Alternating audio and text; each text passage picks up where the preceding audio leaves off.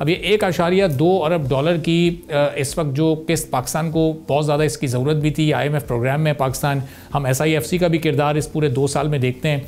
कितनी important development है ये इस वक्त पाकिस्तान के इन चैलेंजेस को देखते हुए जो पाकिस्तान को दरपेश हैं?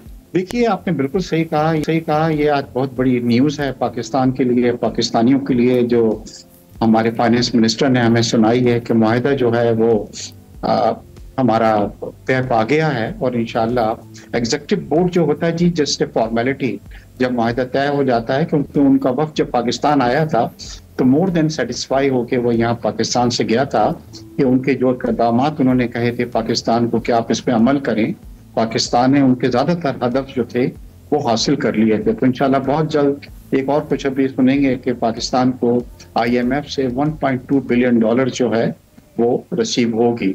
साथ ही IMF ने आज आपने देखा है कि उनकी एक वर्ल्ड रिपोर्ट आई है जिसमें पाकिस्तान की जो मईशत है उसको बड़ी सेटिस्फैक्ट्री उन्होंने करार दिया है। बल्कि ये तक कहा है कि इंशाल्लाह इस साल पाकिस्तान की जो GDP होगी वो तकरीबन 3.5 या 3.6% पे आएगी, जबकि हम खुद ये यहाँ पे कहा जा रहा था कि शायद इस बार हम सैलाब की वजह से 3% से ज्यादा GDP हम अचीव नहीं कर सके। तो 3.5 या 3.6% GDP जो है वो एक अच्छी GDP काउंट होती है इन हालात में, जब अभी हम आपने देखा है कि सैलाब की तबाहकारियों से हम यहाँ पे निमट रहे हैं।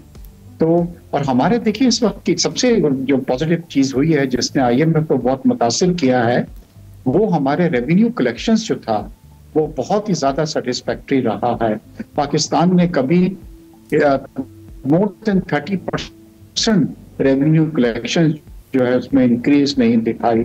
उसके बाद करंट अकाउंट डेफिसिट जो किसी जमाने में हमारा PTI की गवर्नमेंट में 15 और 16 बिलियन डॉलर तक होता था, वो सरप्लस हमारा करंट अकाउंट जो आया है।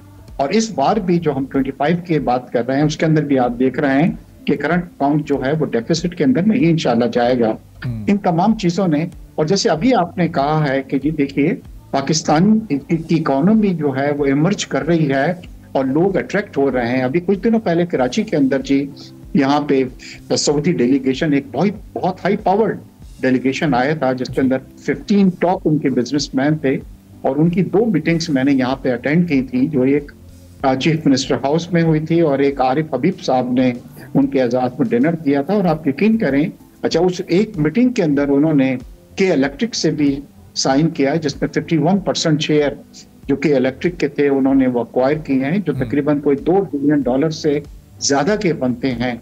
साथ में उनके साथ जो प्रिंस थे, एक प्रिंस बिन सऊद थे, वो आए, उन्होंने कहा कि आप हमें दें, क्योंकि उन्होंने सऊदी अरब ने जब से ये डिफेंस डील साइन हुई है जी वो कई बिलियन डॉलर्स रखे हैं कि पाकिस्तान के अंदर वो इन्वेस्ट करेंगे। और वो प्राइवेट सेक्टर्स के से भी पूछ रहे थे कि बताइए किस फील्ड के अंदर हम करें। और जैसे आपने इंट्रो में अभी कहा है कि पाकिस्तान में एग्रीकल्चर हो गई है, माइनिंग हो गई है, डिसैलिनेशन में वो बहुत इंटरेस्टेड है।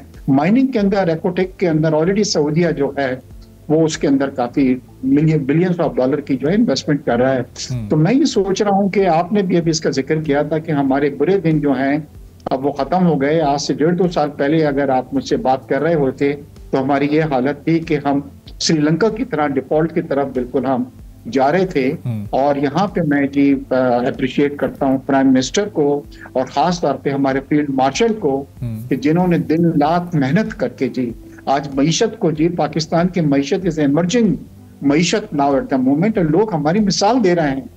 आज से 1 साल पहले हमारा जो करंट अकाउंट डेफिसिट जो था 15-16 पे थे, हमारा जो इंटरेस्ट रेट था वो 22% था। अब बताइए 22% के ऊपर कोई क्या बिजनेसमैन काम कर सकता है? कोई नहीं कर सकता। तो लोगों ने क्या किया था कि बिजनेस से पैसा निकाल के बैंक में डाल दिया था और वहां पे उनको जी 22% मिल रहा था। आज वही इंटरेस्ट रेट 11% के ऊपर आ गया। अब दूसरी तरफ आप देखिए इन्फ्लेशन जो हमारा था, जो हम 40% तक चले गए थे। सब्सक्राइब करें और बेल दबाएं ताकि कोई खबर रह न जाए।